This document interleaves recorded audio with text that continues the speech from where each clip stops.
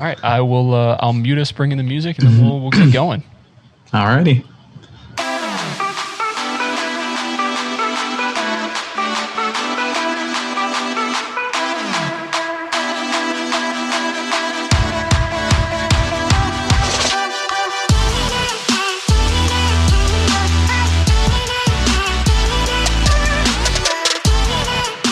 Welcome to Run with Purpose. This is episode number 68, and for those of you that are new to the show, my name is Flores, and I'm so very glad that you found this podcast. Would love if you would subscribe, and as always, you can reach out to me on all of the socials at flores.run.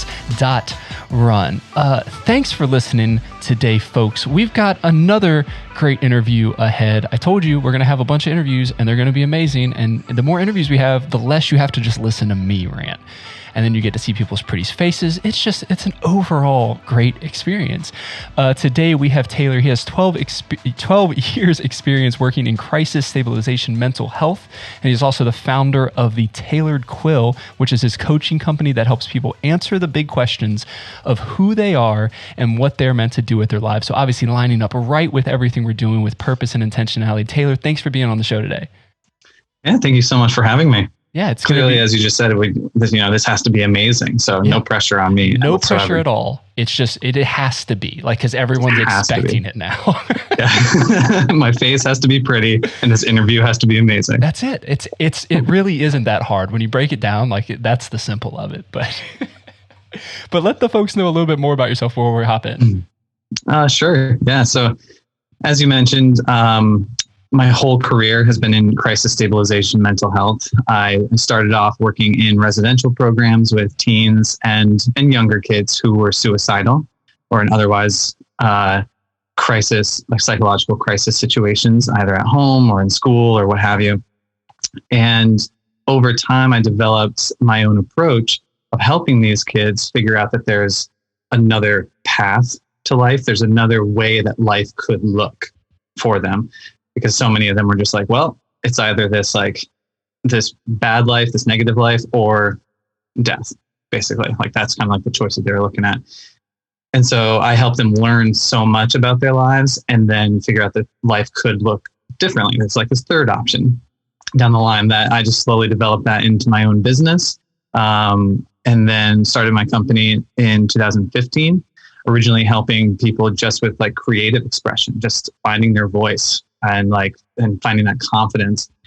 And then now it's full bore coaching, back to full pure mental health coaching and life coaching. And people come to me in two kind of camps. They either come to me with saying, I just don't know what I'm doing with my life. The classic kind of adage of I don't know what to do. Tell me, please help. Tell me what I need to do, please. Yeah. Just give me the roadmap. I'm ready. Just give me the answer.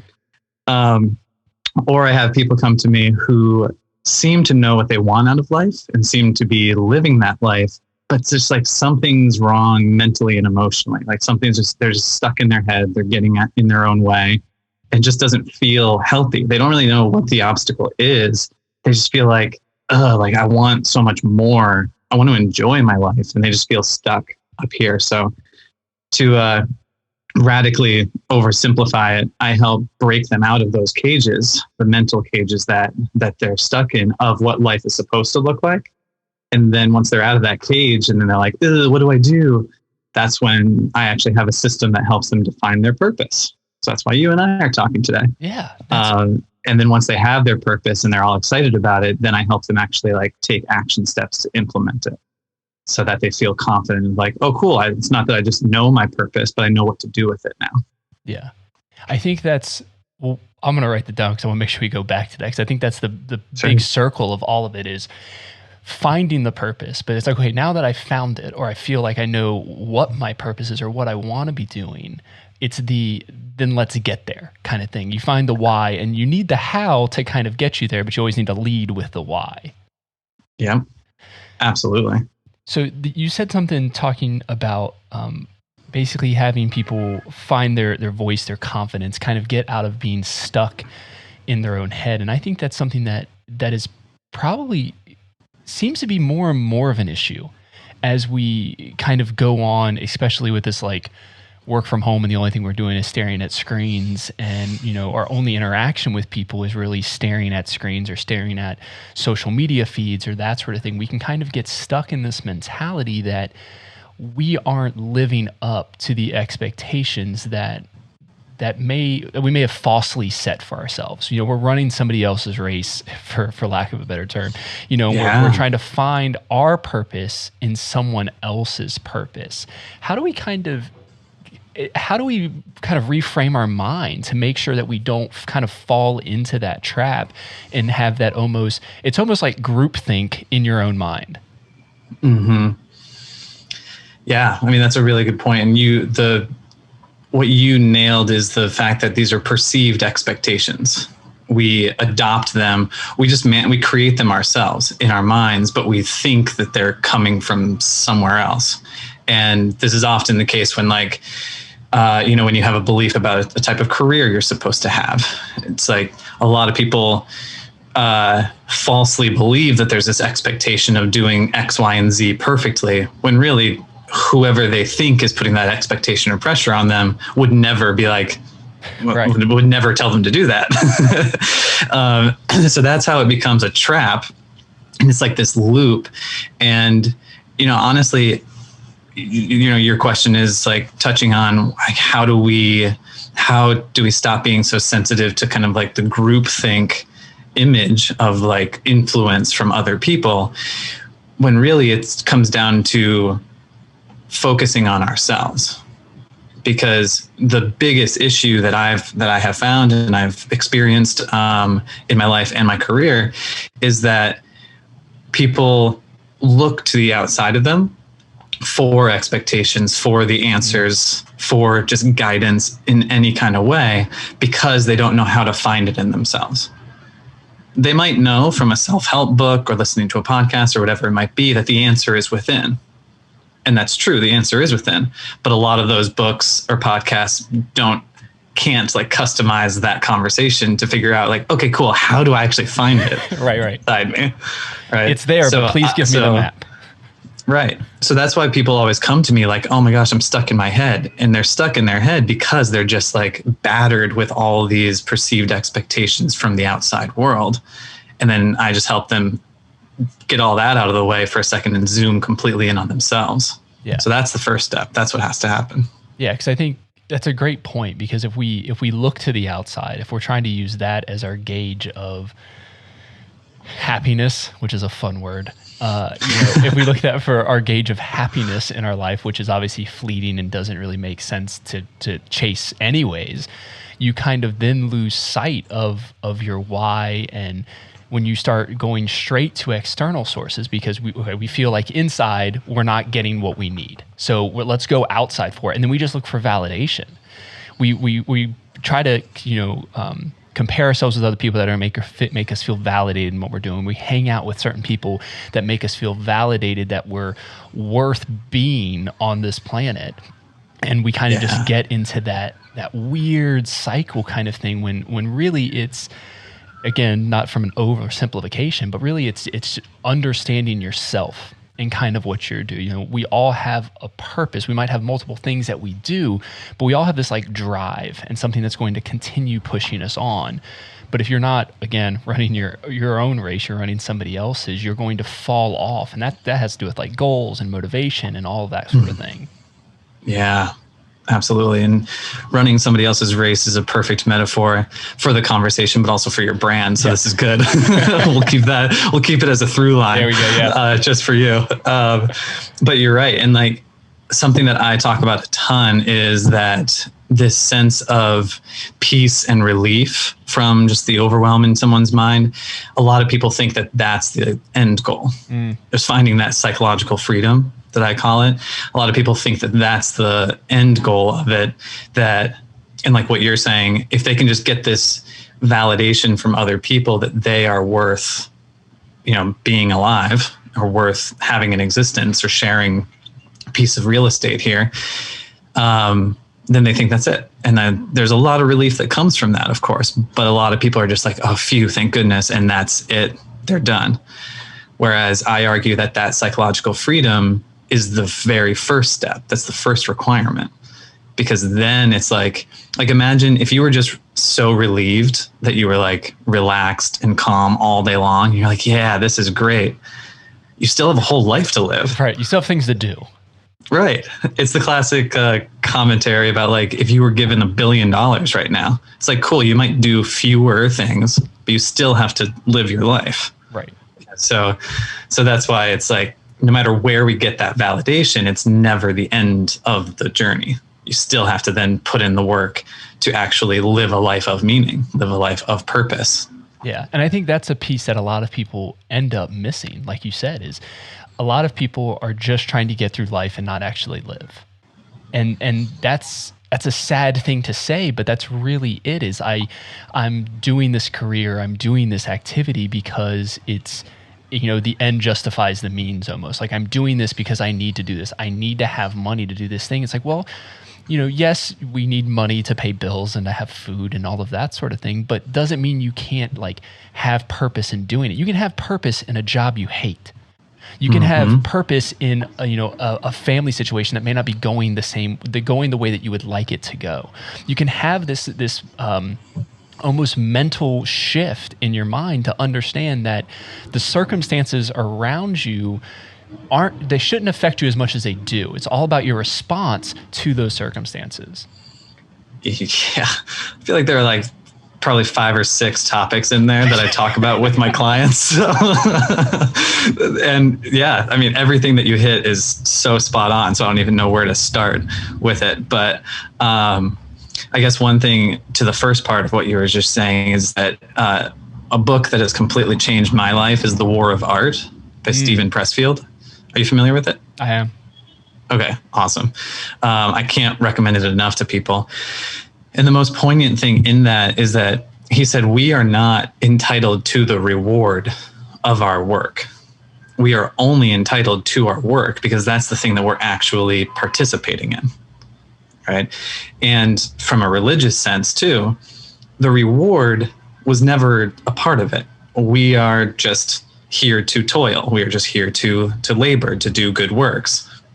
And so a lot of people, like you're saying, who focus too much on the ends and are focused on the excitement of just attaining that end, thinking that end is all that they need to attain, are missing the point, because the only thing that you really have control over is that which you are participating in on a daily basis.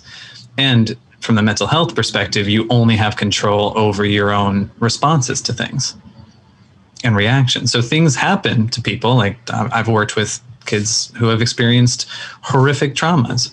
So of course, those things happen to people, but still you are then responsible and able to control how your life looks going forward from those things. Yeah, the response thing is always an interesting conversation because, like you said, people go through trauma. There are things that happen. If you have turned on the news at all in the last 30 days, a week, things happen. And when those things happen, how we respond to it really shows what our intrinsic value is towards those things, how we feel about ourselves, and how we kind of want to strengthen ourselves to push through those things. You said something, and then I completely forgot where I was going to go with it. But it's all right. No,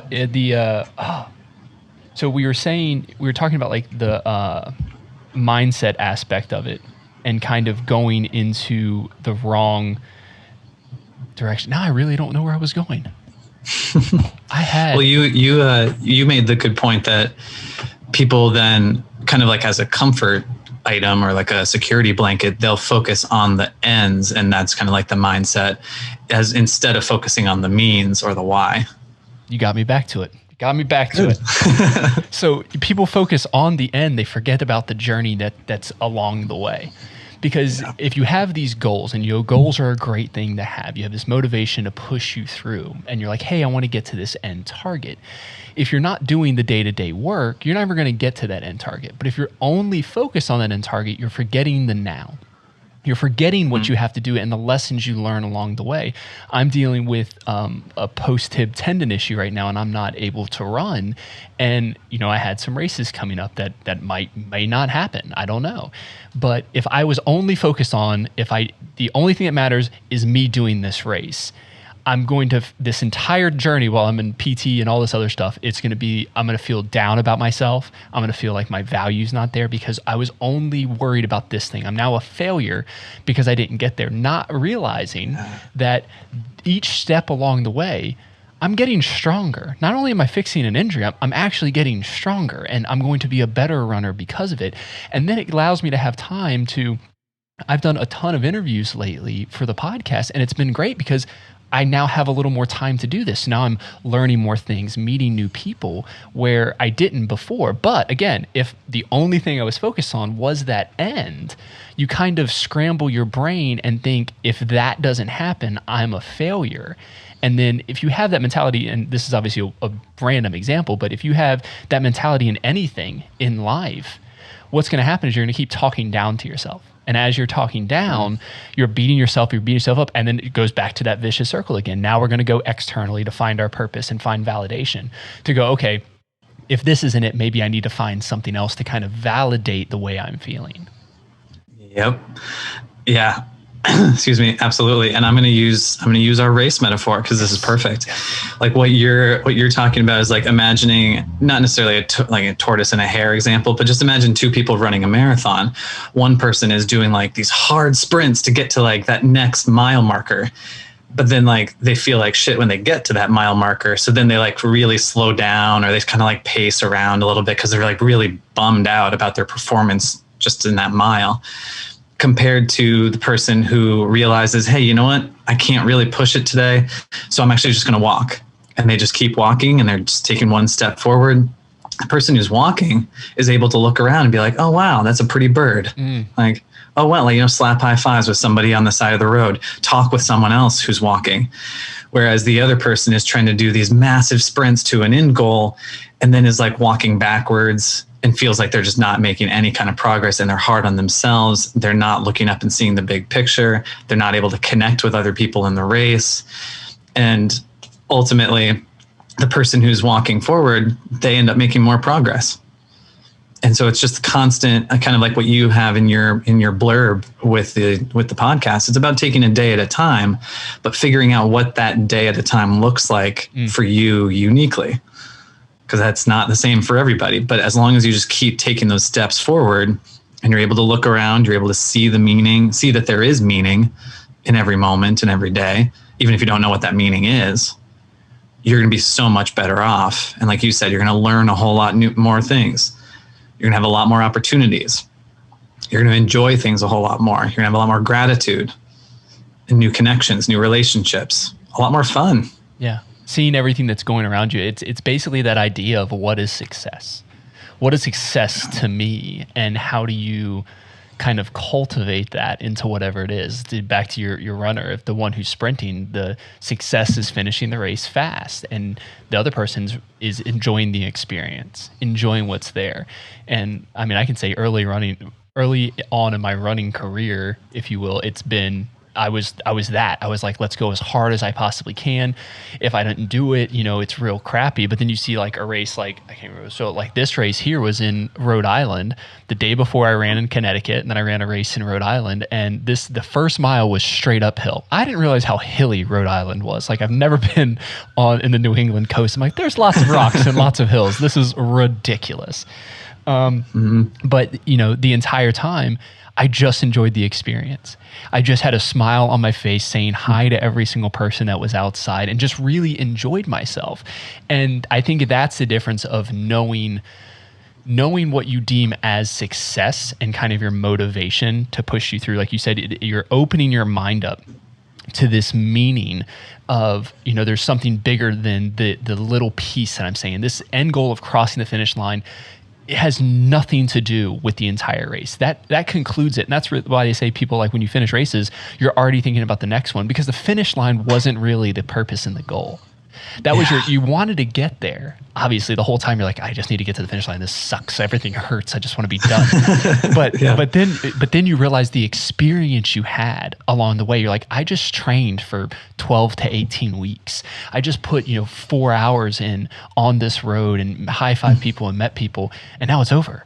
And we kind of just need that like little pump up again. So then we sign up for our next race. We do the next thing, and it comes into that almost taking risk. You're kind of putting yourself out there to see how far you can stretch yourself, because I think that's where you start to grow. You use your purpose to continue pushing that envelope.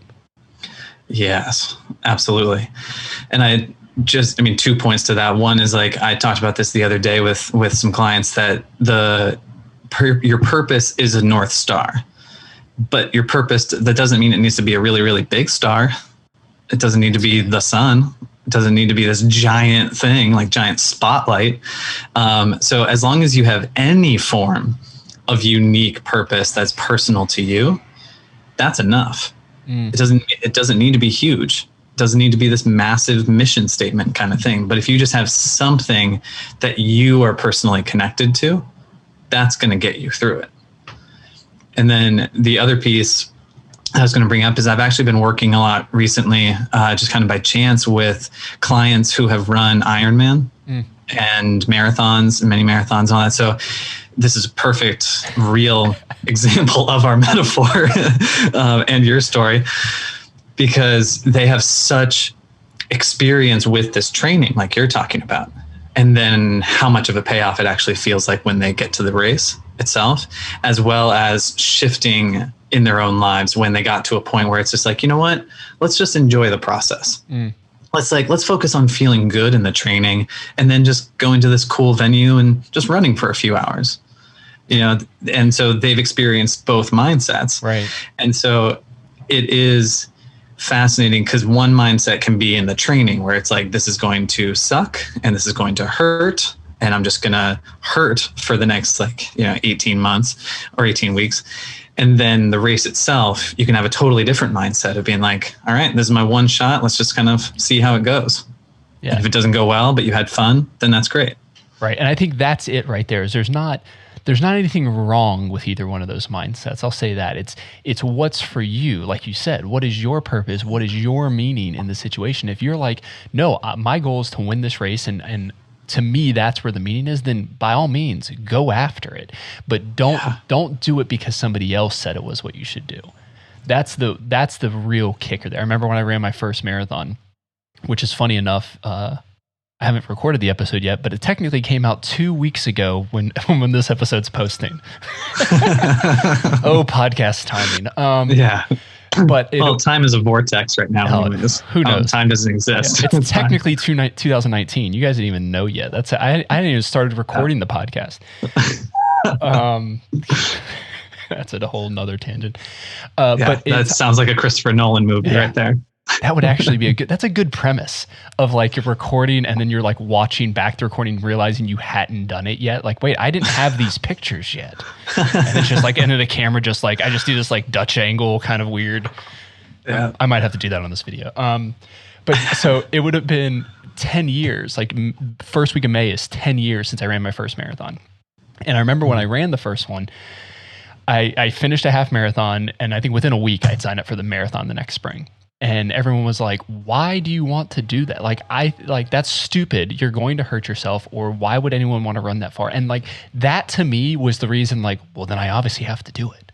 Like, I have to, like, why wouldn't I? And that's been like my motto. I've realized from that moment kind of sparked this whole idea of getting comfortable with discomfort and why not when people say why. Like, there may be a good why not. Like, you could die. Like, okay, maybe I won't jump off the bridge kind of thing. Yeah. But it's asking the why not, just because someone tells you something, kind of making your own thing with it. And I've done, for the past few years, I run my age on my birthday. My birthday's in the middle of the summer, which is a great time to run in Ohio, not.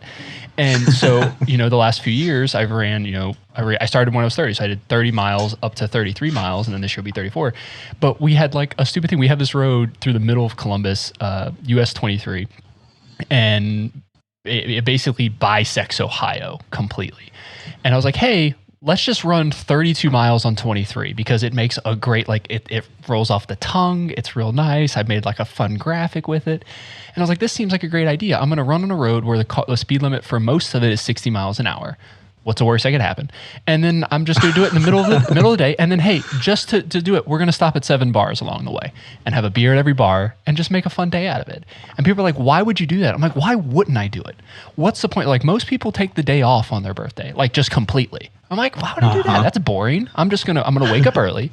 I'm going to run literally all day and then call it a day. But I think I don't know where I was actually going with that, but the idea of finding your own why and purpose and taking risk and kind of putting yourself out there to get comfortable being uncomfortable, because that's where the growth happens. Yeah, absolutely. Yeah, and I love that. And for a lot of people, that why not mentality is perfect because it takes off the pressure and the burden, the perceived burden of like life has to be one kind of way. And just to think like, oh, why not? Yeah, I guess why not? Let's go do that. Yeah. It just opens so much for people. How do you think how do we get people to kind of have that mentality of understanding that like that's an okay thing to say? Like to ask the question where instead of taking it at face value to say, no, but why? Why would I do this? Or why not me? Why can't I do this? Mm-hmm. I think a good way to sum it up first is the rewording the question to be, does this serve me? That, excuse me, that's come up quite a bit. And one of my former Ironman clients, that was like really a life-changing mantra for him. That was really helpful now. Just asking why, like, does this serve me? And just by simply being like, oh, I guess this doesn't serve me, it helps your brain be like, well, logically, why is this in your life? Like, why does this matter? And so it's just very easy to like compartmentalize and then focus on what you actually want to be focusing on. So that's the simple answer to your question. But I like that because it gives you this mentality to like the reframe. Go ahead, sorry. Go ahead. You're good. Okay. Well, all I'm going to say is like that reframe. It's a little bit more specific than just saying why not, because a lot of people, especially who I work with, they need more specificity than just why not. Clearly, I mean, if they're working with me, I'm customizing their life with them. I'm customizing their thoughts, their beliefs, all that. So like clearly it's going to be unique to them. But a lot of my clients are just like, I need something more than why not. Yeah. And then so to make it personal by asking something like, does this serve me? Or, in my case is like, am I going to even have fun with this? Like, even if it's something challenging or something that I really don't know how to do. And, that's one of my mental blocks of just like, what's it going to be like if I don't know how to do that? My judgment or my question of the why not is more just like, is it going to be fun to try this? Yeah. And 99% of the time, yes, it's fun to try it, even if I never do it again. Right. It was a fun thing to try. Right. Exactly. You may never run on that highway again and stop at 7 bars, but you did it and that's fine. And it doesn't matter. You don't have to do it again if you don't want to. Right. I think that's that idea of, does this serve me? I like that because it brings some specificity to you. You can kind of then relate it to you, because the why not can almost sound like a 3-year-old. That's usually how I preface it as well. Like, well, the sun sets every day, but why? But why, and then the moon, but why? But we haven't, but why, and you have that, it can be that kind of mentality. But to me, that's kind of what drives me to it. But I like this, does it serve me? Because it allows you to kind of pivot when you realize you put it in that perspective going, okay, does this serve me in whatever capacity that is, whether that's training, life, career, family, whatever it is. Does this serve me? Does it get me moving forward in whatever I'm trying to do? If it doesn't, then let's pivot and use that energy and attention somewhere else. Yeah. Yeah, exactly. So that becomes a different kind of conversation of this, different but the same but different, of this idea of kind of getting uncomfortable with it. And you kind of preface it there of, is this going to be fun for me? Like, I might only do it the once, but in the process of it, is it going to be fun for me? But we have to kind of take this step to get uncomfortable to even try that. And it goes with the taking risk and stuff like that. So like, what are your thoughts on that? Yeah. Well, my thoughts, firstly, you can't ask if you're going to have fun with something until you recognize that life is hard. Life is just difficult and challenging. And in the Buddhist way, life is just suffering. But suffering does not mean punishment. Suffering does not mean that you are like guilty of something and you are just being punished day in and day out, and that you're not worthy of finding meaning in that suffering. Right. And so I put it like point blank to people and to my clients that like life is just hard. Getting up in the morning is hard. Getting up and going for a run is hard. You know, just like life is hard and survival takes effort. And so once people can realize the simplicity of that and how that's never going to change, then they can then be like, okay, cool. Because of the fact that life is hard, what do I want to do with this hard life? Because yeah, I mean, what you're saying, like all the things that I ask myself, am I going to have fun with this? I'm recognizing that it's going to be challenging, or I don't know how it's going to go. So there's going to be that growing pain, that growth edge, that comfort zone edge that I'm going to be pushing up against. Yeah. So, and then you kind of, it's an uncomfortable feeling to be right there, of kind of being vulnerable and being open. I tell guests all the time when I have them on the show is I'm an introvert by nature. Like we talk about, I'm a data analyst. Like I sit in front of a computer with multiple monitors. I have my headphones on and I don't talk to anybody most of the day. And this starting the podcast initially was super uncomfortable, mostly because especially when you starting out with the podcast, a lot of times it's just talking to yourself. So it's a lot of me just, I don't film the episodes by myself, thank goodness, because it would be the most awkward things ever. But I just sit here and like, I'm just staring at my notes and I'm just like, yeah, we're just going to talk and maybe somebody will listen to this. And then you getting a little more vulnerable and kind of opening up to it. And then the idea of, okay, I want to keep growing myself. What's the next step with this? Like, let's reach out to strangers. Let's just reach out to random people and be like, hey, you want to talk with me for an hour about something that you're passionate about? Like, let's do it. And in that, it's kind of helped me grow. My wife says, like, she's like, a couple years ago, you would just shut up and sit in the corner. Now you got to talk to everybody. I'm like, well, you told me to be more outgoing, so this is your fault. But that idea of like it then becomes almost your new normal. I don't like that phrase, but that's kind of what it is. It becomes your like status quo of now I'm okay talking to certain people. Over a camera, I'm a lot better. In person, I'm still a little awkward. But the idea of kind of taking yourself to that next level. So the more you kind of push yourself to that edge, man, that sunlight just went down and the mood just got real serious in here. That's all right. Take it. Let's go. And it's going back up now. Okay. I'll lighten it back up again. But the idea that you can, and I just threw myself completely off. You keep pushing yourself to that edge. And when you do that, it becomes normal-ish, and then you can kind of get comfortable in that spot. Like, okay, I'm sitting here, I'm good.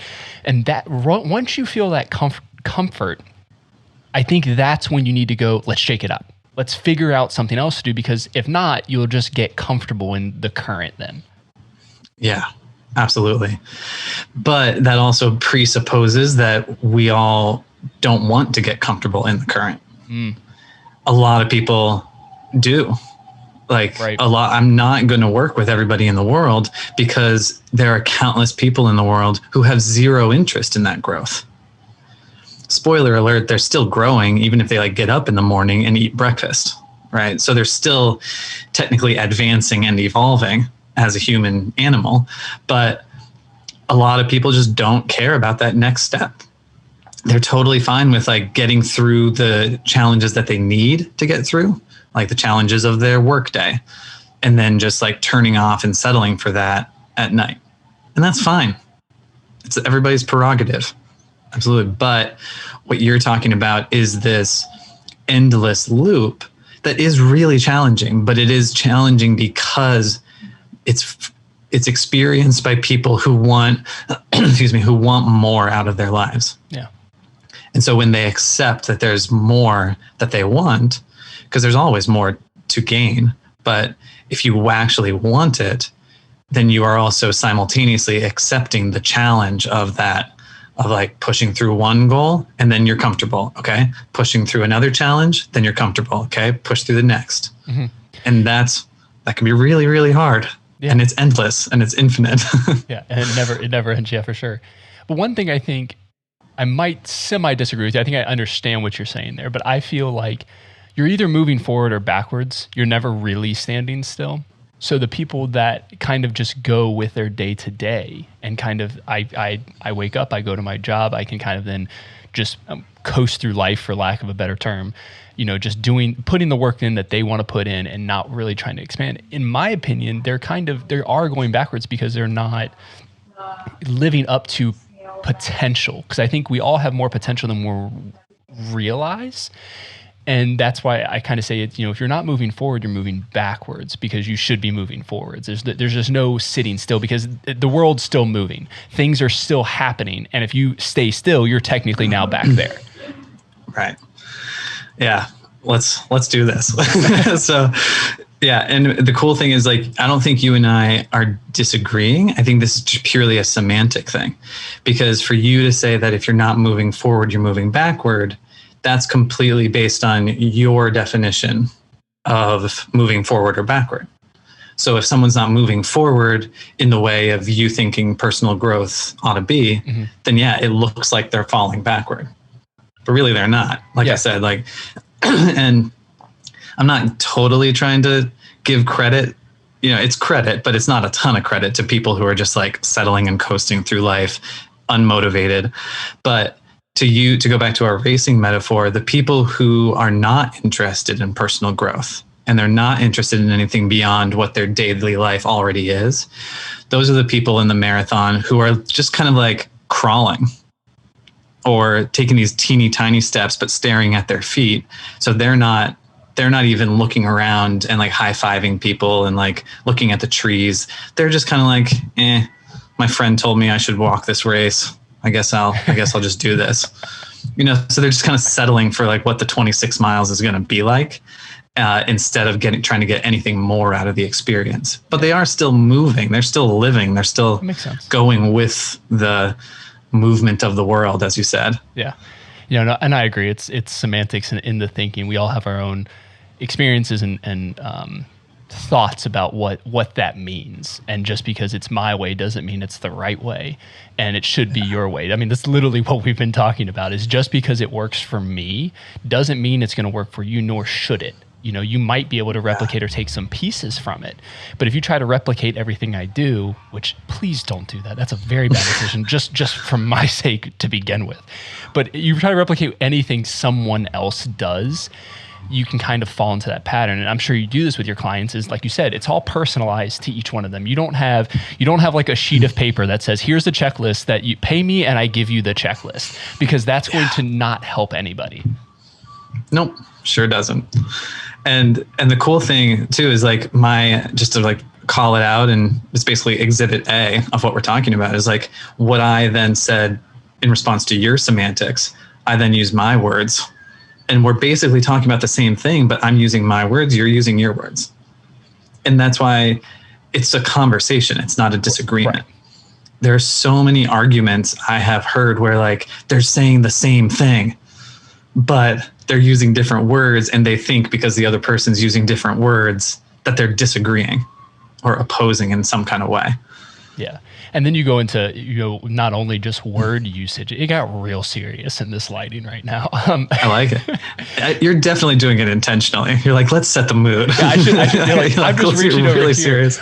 It's like, of course we have like, it's one of those like weird cloudy days where it's like sunny for 20 minutes. And then all of a sudden, like the sun goes away. And like, I turned off my overhead light. I'm like, oh, I've got plenty of natural key light coming in here.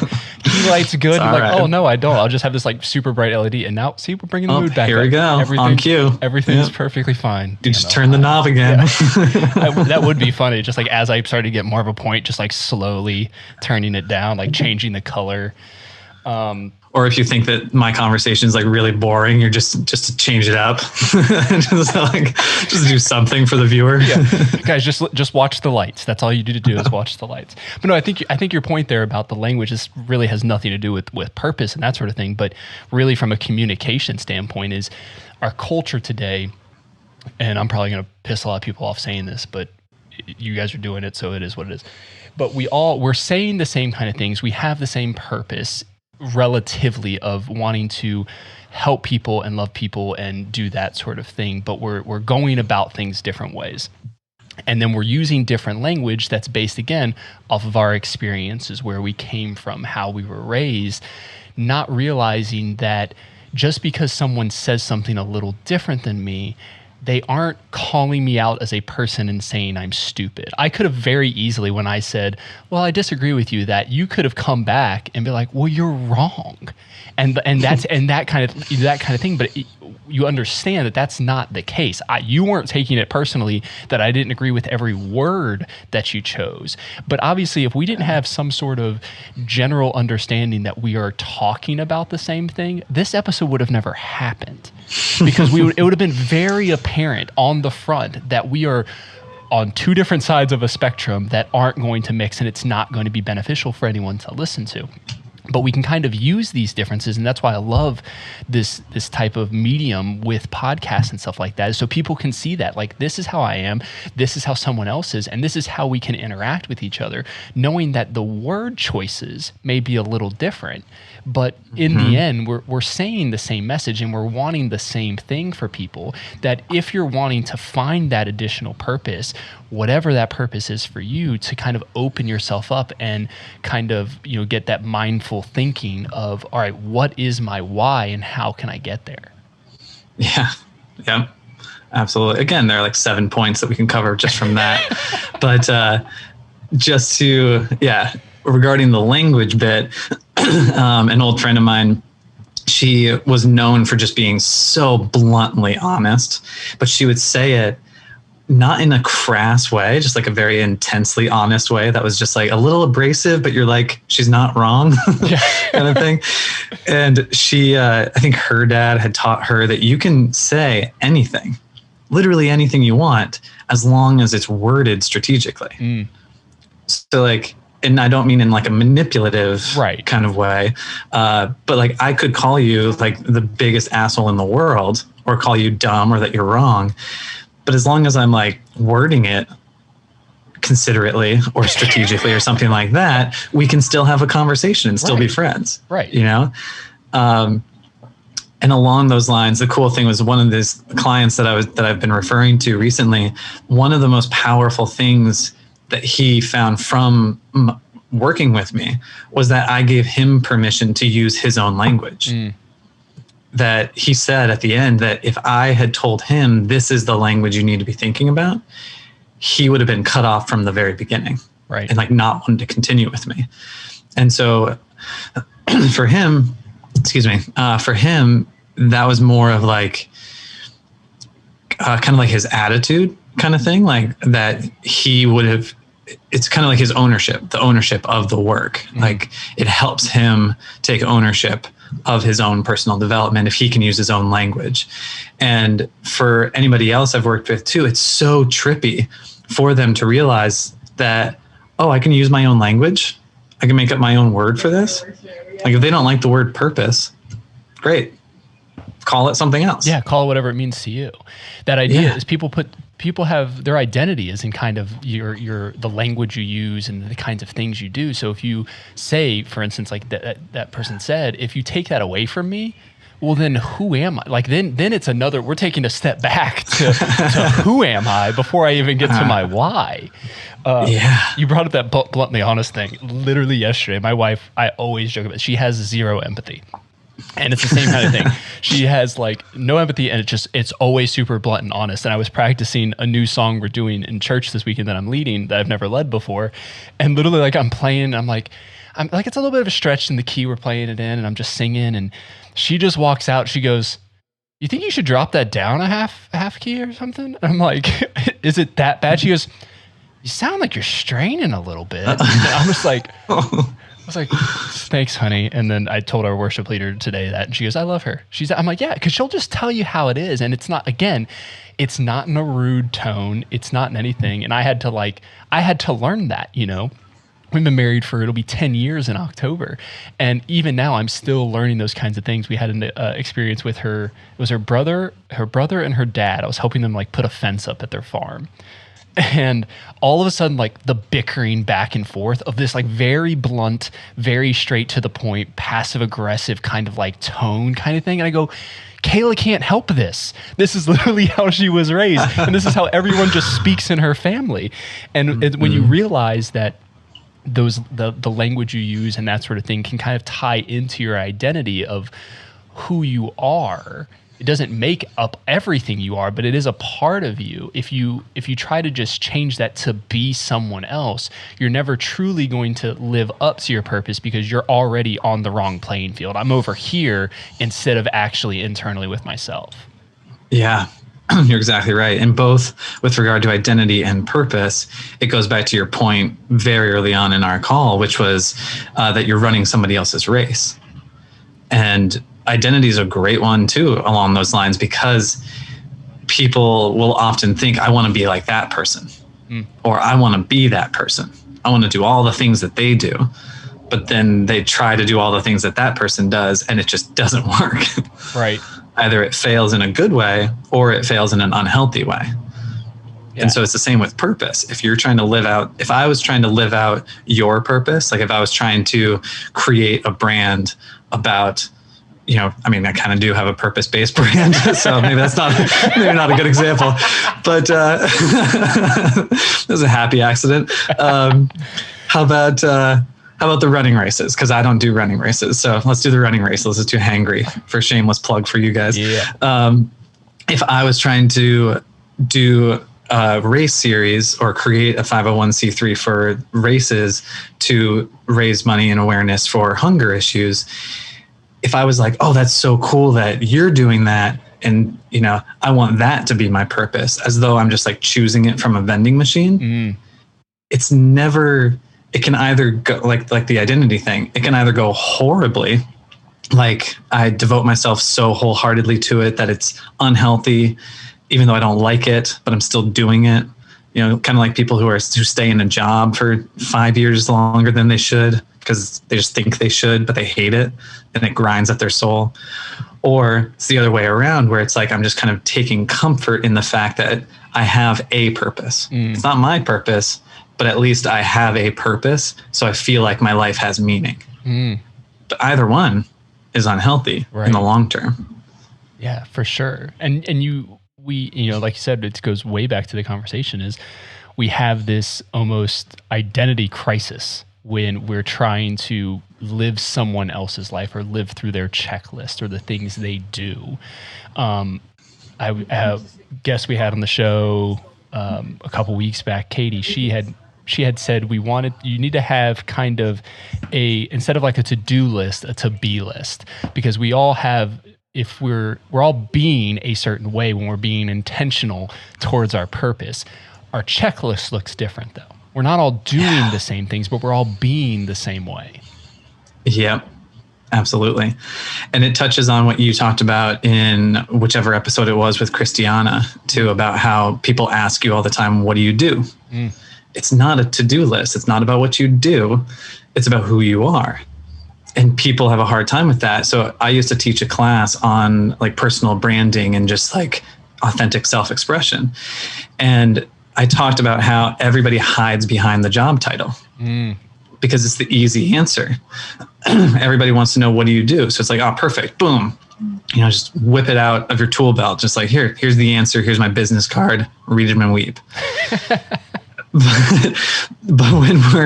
but that's the identity trap, where we are thinking that we need to be a thing, and that thing is going to define us. It's going to define our lives. It's going to define the meaning of our lives and everything. And then, unfortunately, we then settle behind that label, that identity. And I rarely talk about a job title. Like, I don't even know what to call myself. I do a ton in my work that's like A coach doesn't really encapsulate it. Therapist isn't like philosophical enough. And so it's like, like there are too many avenues. So I just let people call me whatever they want. But regarding the to-be list, I completely agree, because when I have done lectures on identity, it's not about what you do. It's about who you want to become. Mm.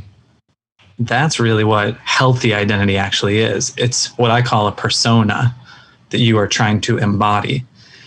So if you're setting goals based on the type of person you want to be, not about the type of job you want to have, you will be endlessly fulfilled, because it doesn't matter what kind of job you have. Right. As long as you're focusing on the type of person you want to be, and if you know what kind of like your purpose is and you're just like serving that at the same time, you can have as many jobs as you want.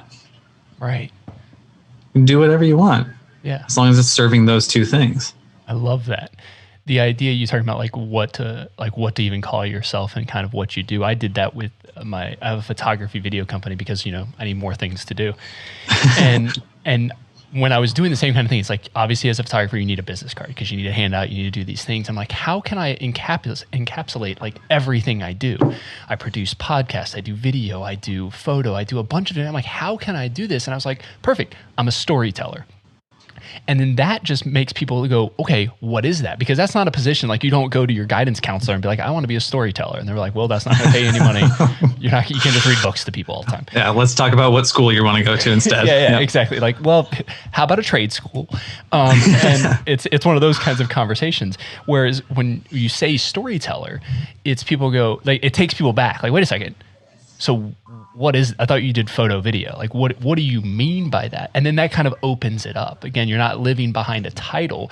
And really in that, like, I can do damn about anything multimedia wise, like, is telling a story. So I'm not even trapping myself in a specific like area saying this is the thing I am.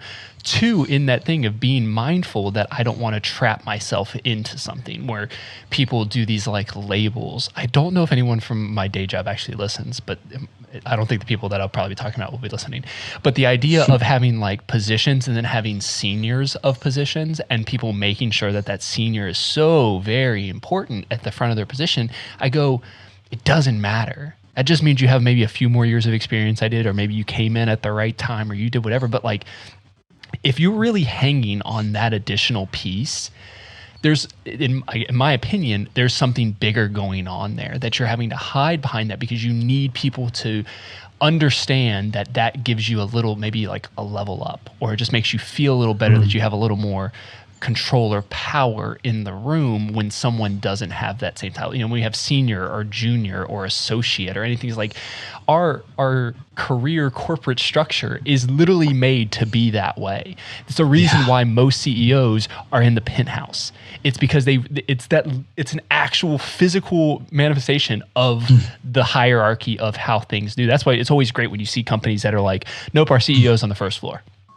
And because he understands everything happens in order for it to come to him or him or her, and it falls on him and her, everything they're doing. So yeah, that's another complete topic that we could go down talking to. Yeah, this will be your first 4-hour episode. This is going to be good. Just call me Joe Rogan. It'll actually get dark outside pretty soon. You're like, wait a second. The lights are I need to turn another LED light on. We need to make this happen. Yeah. But your point does, it does relate. And a funny example of that is my brother and my dad both work in finance. They're financial advisors. They're great at it and they love it.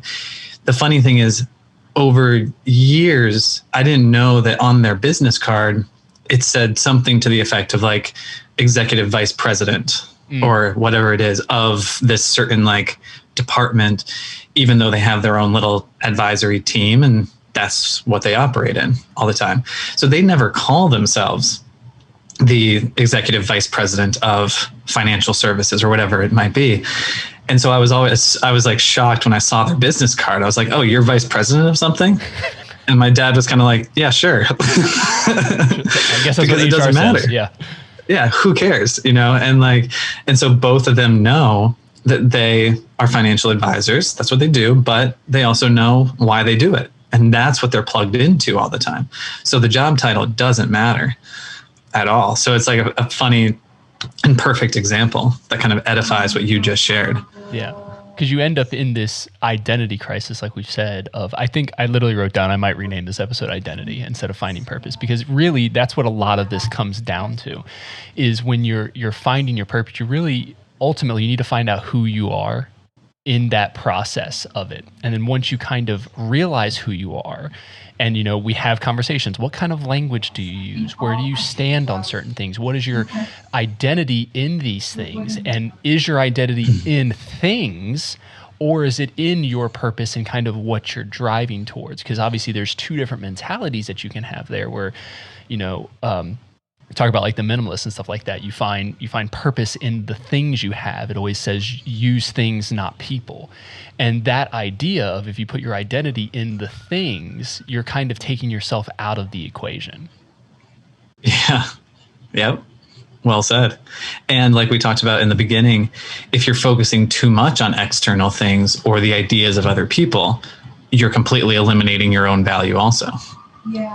How do we get out of that? I know this is a very like semi-rhetorical question, very big and broad, but how do we kind of try to get out of that we can find ourselves and be in our own purpose rather than the looking outside? I know our society is almost set up to a way that it's like, no, do you see the glitz and glamour? Like, they are happy, they're living the life, so you need to do those same kind of things. I mean, all you have to do is literally open Instagram, go to your Discover, and there's probably, if you've ever clicked anything that said about money, there's 15 people telling you that if you're not making $1 million a year and you're not hustling 70 hours a week, that you're not living your life.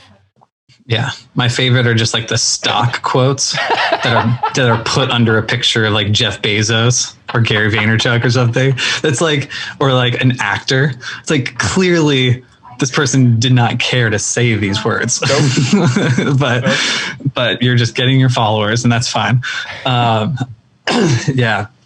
You know, so what you're touching on is a big piece of my work, which I'm happy to go into. So if you don't mind, I'm going to go into detail. This might be a little bit of a diatribe. Do it. Okay. All right, cool. You know, firstly, to answer your question, the first step of it is that people only ever hire me or hire a therapist or hire another coach when they get to their version of a breaking point. Now, that doesn't need to be crisis.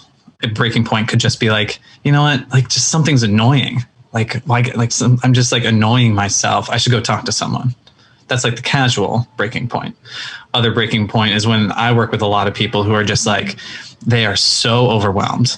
They're so stressed out. They're overthinking everything that it is actually disrupting their happiness and their work. And they just don't know what to do. And they feel so trapped. And so to your question, a lot of people or everybody has to get to some version of that precipice themselves. A lot. And like, we can't force them to get to that point. So that's like the gatekeeper. You have to get to that point yourself where you're like, okay, you know what? I'm going to take a piece of humble pie and I'm actually going to explore something or get some help. And side note, I've also worked with people who thought that it was time. And then after a session or two, they were like, you know what? I'm not actually ready for this. It's like, cool. More power to you to know that it's not the right time, because neither you nor I can force people to want to keep moving forward. We can't force people to engage in this kind of work or participate. But with that as the first step, and that is the first understanding and kind of criterion, identity and purpose are very much intertwined, kind of as the way that you worded the question intertwined the two in like a really cool way. And so first, talking about identity, the way that I teach identity is that when we're growing up, there are three versions of identity. There are three things. When we're growing up, I call it character, where we're little, we're imaginative, we're taking in all sorts of new stuff. That's when we think like, oh, I want to be an astronaut. Like, I want to be an actor or whatever. And so we think of this character kind of like it's a character in a movie. We're like, ooh, I want to be that astronaut. Or like, I want to be Tom Cruise in Top Gun. I want to be a pilot. You know, so you think of the character. And then as we get into like middle school and high school age, that's when we actually start to take on what we think of as an identity of like, I am an athlete. I am an artist. I am a boyfriend. I am a husband, whatever. And then definitely college. And then after college is when the job titles start to matter. So then we take on a job title. Like, cool, I'm a, customer success manager. I'm an accountant. I'm a psychologist, whatever it is. And that's when we think, like we've been talking about, that the identity and that job title is what gives us the assurance that we are somebody and that we have value. But then, and this happens at the earliest in like mid 20s, late 20s, that's when people start to wonder, is this really it? Like, is my job title actually my worth? And these are the people I work with. So when they hit that threshold of like, you know what, something's not adding up.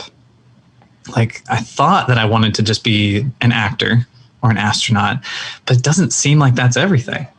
And then so they start to question that. Then they realize they're kind of stuck and they don't know what to do about it. So then level 3, which is the healthiest, it's like the third level of Pokemon evolution. It's like the ultimate Pokemon references. Right? I love it. Yeah. To make it fun. The third, the third evolution of this Pokemon, of the identity Pokemon, is what I call the persona, which is what I was touching on before, where you realize it's not a thing to be, it's about a type of person you want to be. And if you start setting criteria for who you want to be, already that changes your language to be much more mission driven. And even just changing that language, you're no longer limiting yourself to a job or a job title or a label. You're actually opening yourself up to be like, okay, you know what? I want to be a really generous person. Say that just as like a basic example.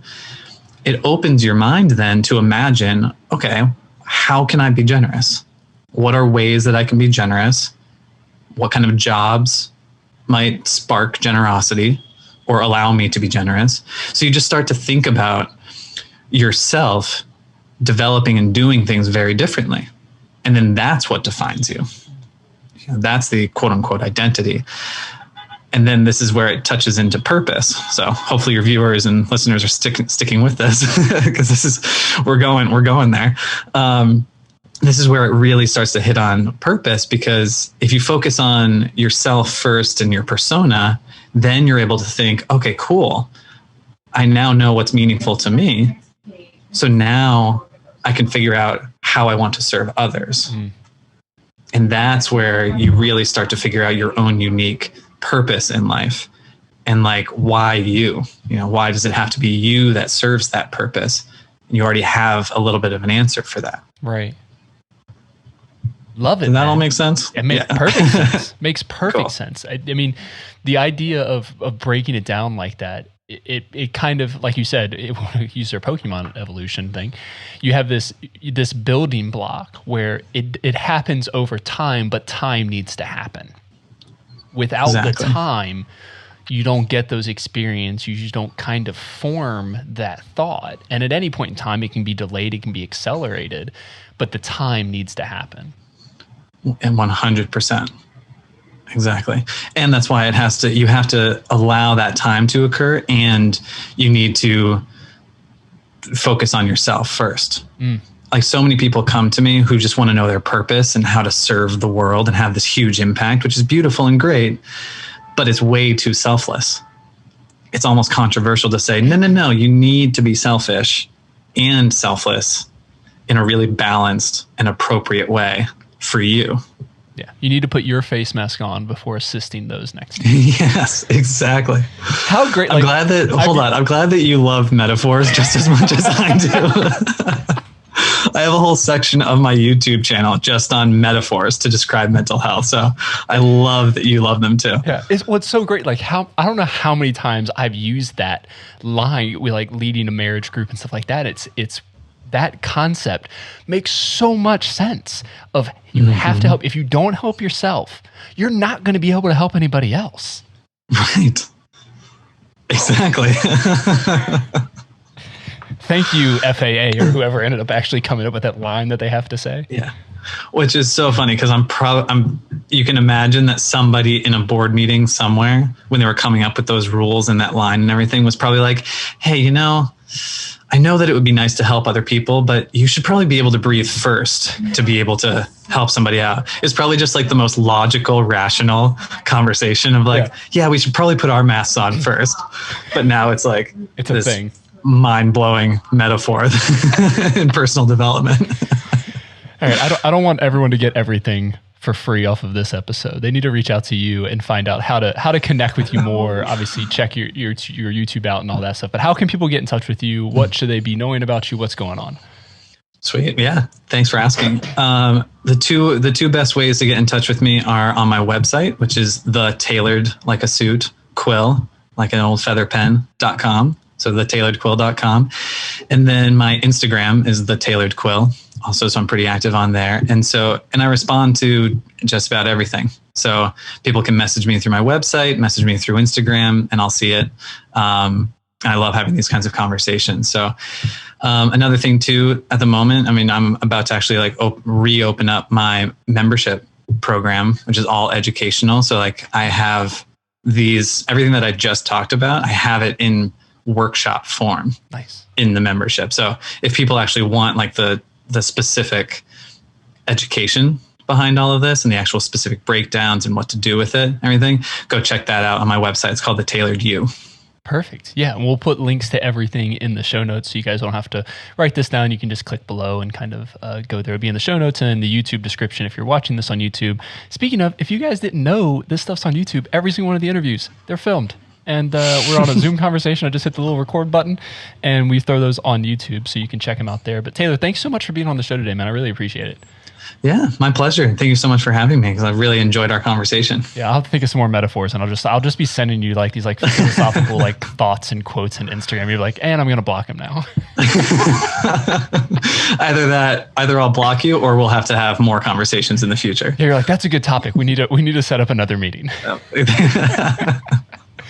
All right. Well, to everyone else, you can reach out to me always on social media, everywhere at flores.run. Subscribe, leave a review for the podcast. If you like interviews like this, a written review goes a long way. Lets people know, hey, he talks to some cool people. And, his episodes are shitty, but, when he has people on the show, they're really great.